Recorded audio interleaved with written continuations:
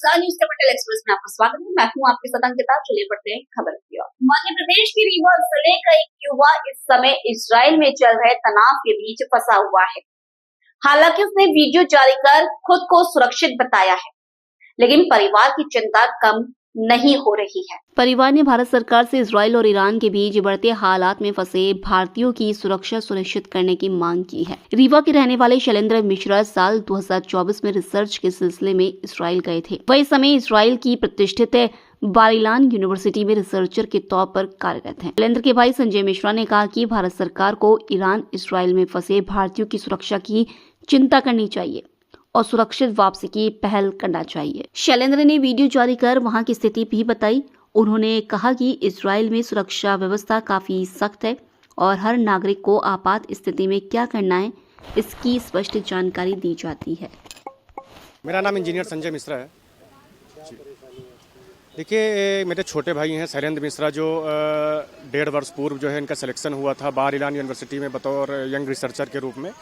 लेकिन अभी की जो परिस्थितियां हैं, ईरान और इजराइल की जो युद्ध चल रहे हैं, तो कहीं न कहीं एक बेहद चिंता का विषय है, क्योंकि घर परिवार से हज़ारों किलोमीटर दूर अगर वहाँ पे पढ़ाई कर रहे हैं, रिसर्च करने गए हैं और निरंतर जो है मिसाइलें दागी जा रही हैं।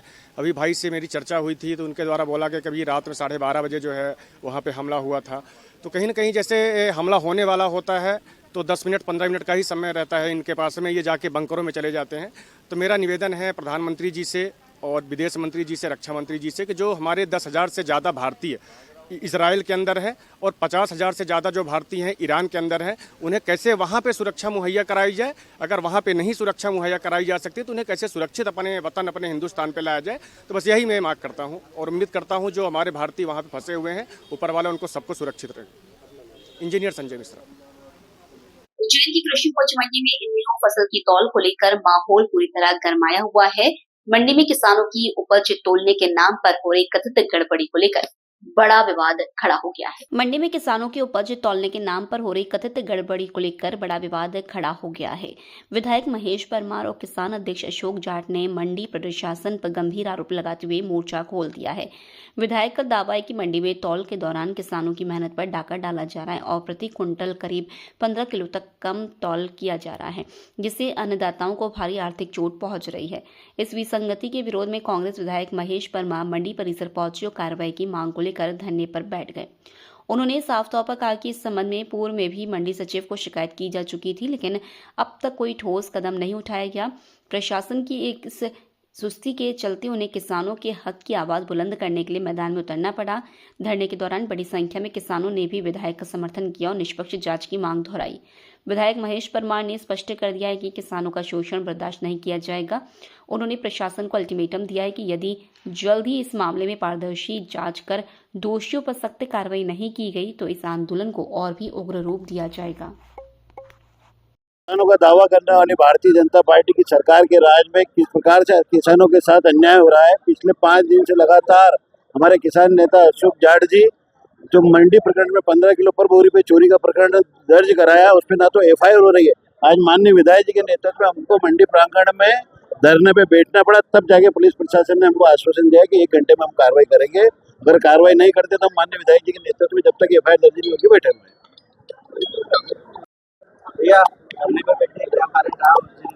5 दिन पूर्व एक किसान के साथ में चोरी पकड़ी हमने कटप्पा नाम के घाटे पर, और उसके ऊपर FIR न होने के कारण आज 5 दिन हो गए किसान भाई को लेकर मैं दर दर भटक रहे हैं। हम राबतोल विभाग गए, सब दूर से हमको प्रूफ ले जाके दे दिए, फिर भी थाना प्रभारी ने उसके ऊपर FIR दर्ज नहीं करी। उसके कारण आज सभी किसान भाइयों के साथ और आदरणीय महेश परमार जी और शहर कांग्रेस के अध्यक्ष जी के साथ हम धरने बैठे हैं उस किसान भाई को न्याय दिलाने के लिए।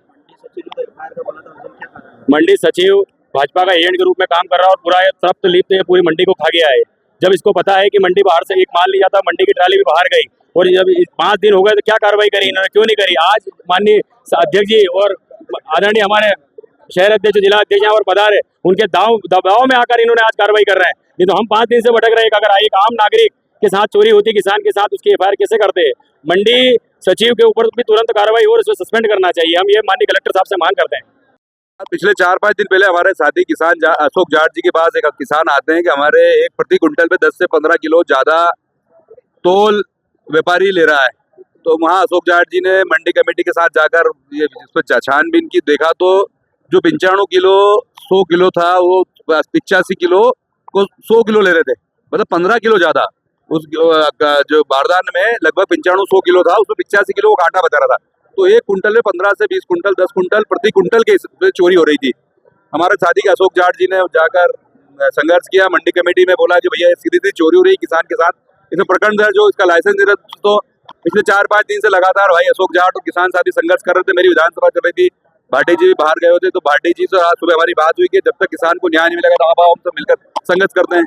तो मैं और भाटी जी किसानों के साथ भाई अशोक जाट जी से जो बात हुई, हमने मांग रखी है कि जिस किसान भाई के साथ धोखा हुआ है उसको न्याय मिले, और पूरी मंडी में इस तरह का जो गोरख धंधा चल रहा है, माननीय मुख्यमंत्री जी से भी हमारी मांग है, मुख्यमंत्री जी आपका जिला है और ये किसान जिसके कारण देश और प्रदेश में आपकी सरकार बनी डबल इंजन की, तो कम से कम किसानों को न्याय मिले और मध्य प्रदेश में पूरे देश में एक नई मिसाल बने कि जो भी किसानों के साथ धोखा करेंगे, जो किसानों के साथ अन्याय करेंगे, किसानों की फसल को चोरी करने का काम करेंगे, उनको कड़ी सजा मिलेगी और जीवन में मंडी में खरीदारी नहीं कर पाए, ऐसी कड़ी वैधानिक कार्रवाई हो, ये हमारी मांग है। ये अभी यहाँ हमारी कलेक्टर साहब से फोन पे मेरी बात हुई थी, भाटी जी हमने बात की थी, और भाई अशोक जाट जी तो लगातार संघर्ष कर ही रहे। इनने कहा अभी इनसे मंडी प्रशासन ने, यहाँ चिमनगंज मंडी थाना प्रभारी भी आए थे, तहसीलदार भी आया था, मंडी सेक्रेटरी जी भी आए थे। इन्होंने कहा है कि आधे घंटे में हम जो वैधानिक न्याय संगत जो कार्रवाई होगी वो कार्रवाई करेंगे। अगर वो कार्रवाई हो जाती है तो हम नहीं, तो फिर जब तक किसान भाई और सभी साथी बोलेंगे भाई अशोक जाट जी यहीं से हमारे किसान नेता, तो हम जब तक आंदोलन, जब तक न्याय नहीं मिलेगा, किसान जब तक कहेंगे तब तक लड़ाई लड़ेंगे।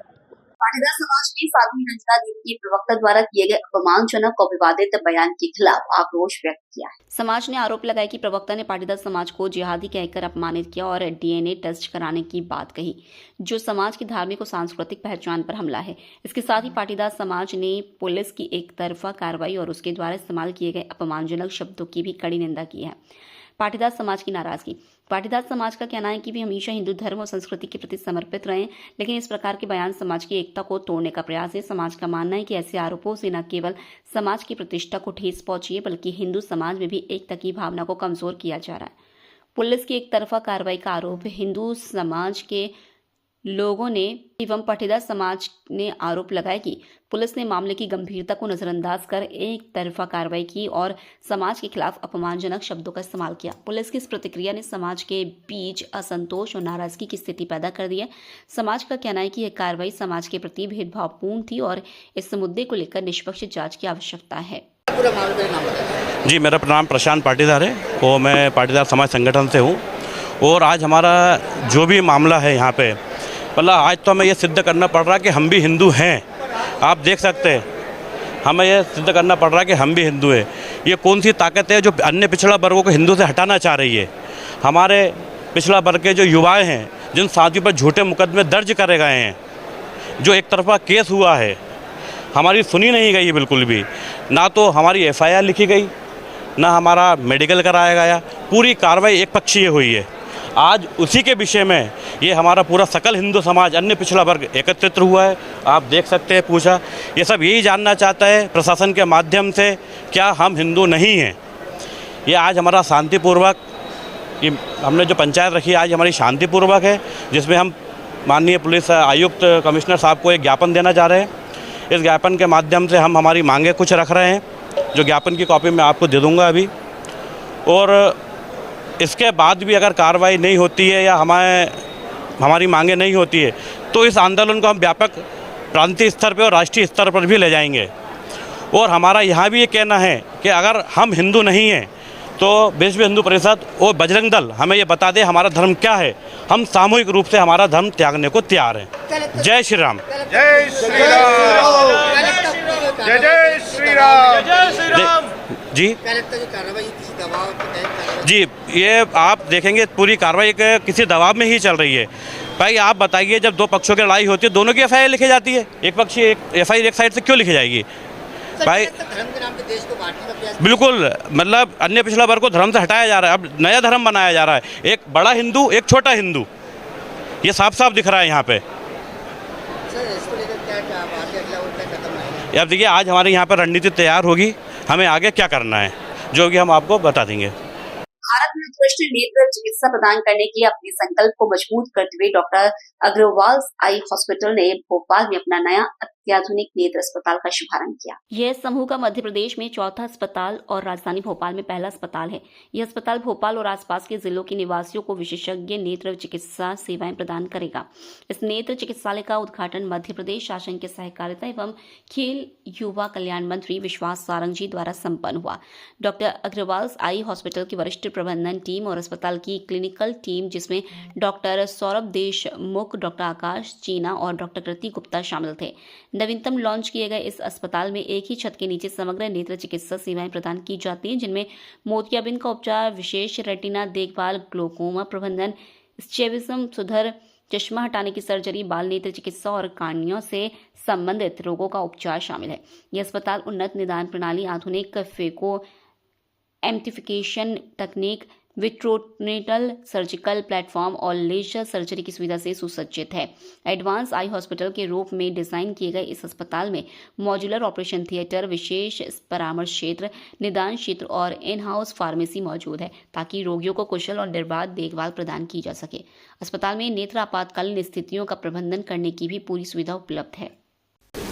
नमस्कार, मैं आयुष्मान चिराने वाला chief marketing officer doctor Agarwal eye hospital group का हूँ।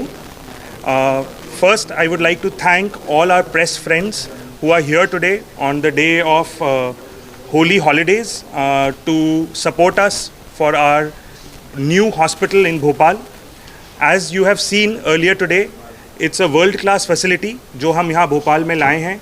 It is spread across 2 floors with all critical services available, cataract, cornea, retina, glaucoma, सारी सुविधाएं, paediatric ophthalmology as well as pharmacy as well as opticals, सारी सुविधाएं यहाँ पे उपलब्ध हैं and we are very very proud of this facility. I would also like to talk about a little about doctor Agarwal eye hospital.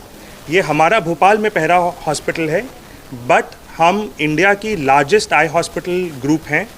हमारे पास 280+ आई hospitals हैं which is spread across 10 countries। हम चेन्नई में 1957 में हमने ये जर्नी स्टार्ट किया था। आज हमारा 3rd generation of eye hospital, 3rd generation of ophthalmologist doctor Adil Agarwal, doctor Ashar, doctor Anush Agarwal, doctor Ashwin Agarwal, जो हमारे डिफरेंट पोस्ट्स में हैं, जो हमारी प्रमोटर ग्रुप के पार्ट हैं, वो ये अस्पताल अभी लीड करते हैं। हमारे चेयरमैन डॉक्टर अमर अग्रवाल, जो विश्व प्रसिद्ध ऑप्थेल्मोलॉजिस्ट हैं, जिन्होंने बहुत सारी नई नई तकनीक इजाद की हैं, लाइक पिनहोल पिपुलोप्लास्टी और भी कई तकनीकें। तो ये हमारा हिस्ट्री और टीम रहा है, जिसके लिए हम बहुत प्राउड हैं। हम एक साल में 30 लाख से अधिक पेशेंट्स देखते हैं across all our 280+ hospitals and 3 lakh से अधिक सर्जरीज करते हैं। हमारा ये 4th हॉस्पिटल है मध्य प्रदेश में, but we have very rapid expansion plans. अगर मैं हमारे एक्सपेंशन प्लान्स के बारे में कुछ कहूँ तो अगर आप हमारा हिस्ट्री देखेंगे, पिछले 1 वर्ष में हमने 45 से अधिक आई अस्पताल्स खोले हैं नए, जिसमें से अब भोपाल का आज लॉन्च है। यही हमारा ट्रेंड रहा है पिछले 2 वर्षों में और यही हम आगे भी अचीव करना चाहते हैं।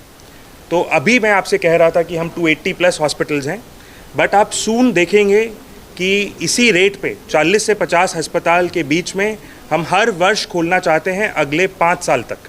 ये हमारा एम है, यही हम अचीव करना चाहते हैं। हम इंडिया के बिगेस्ट हैं, पर हम अभी नहीं रुकने वाले, हम आगे और इसी तरह बढ़ते रहेंगे।